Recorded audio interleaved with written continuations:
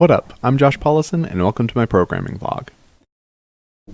So I want to show you a trick that I've used for writing out some elements in HTML and then calling them with JavaScript. I'm not claiming that this is the best way to do it.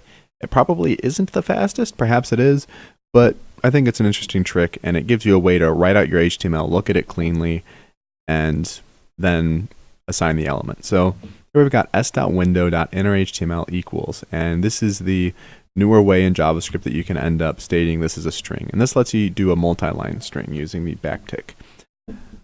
So we end up just putting our HTML straight in here. And you can see there's some PHP in here as well, which of course that ends up getting run before the JavaScript is fully processed and all that. So this is run on the server side. We get HTML.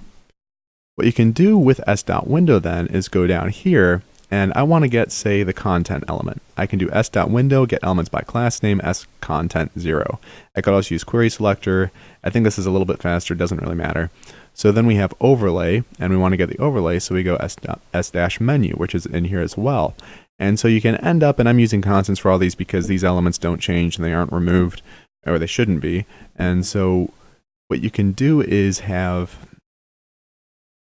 constants or variables set to elements that you grab from the inner HTML of your pre-existing element, of your created parent.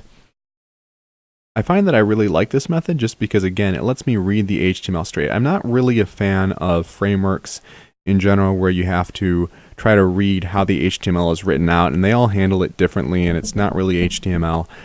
I like this kind of setup. And this is how you can do that. Just set the inner HTML of an element. It doesn't even have to exist on the web page yet. And then you can end up grabbing classes, you can grab IDs, and so on from that element.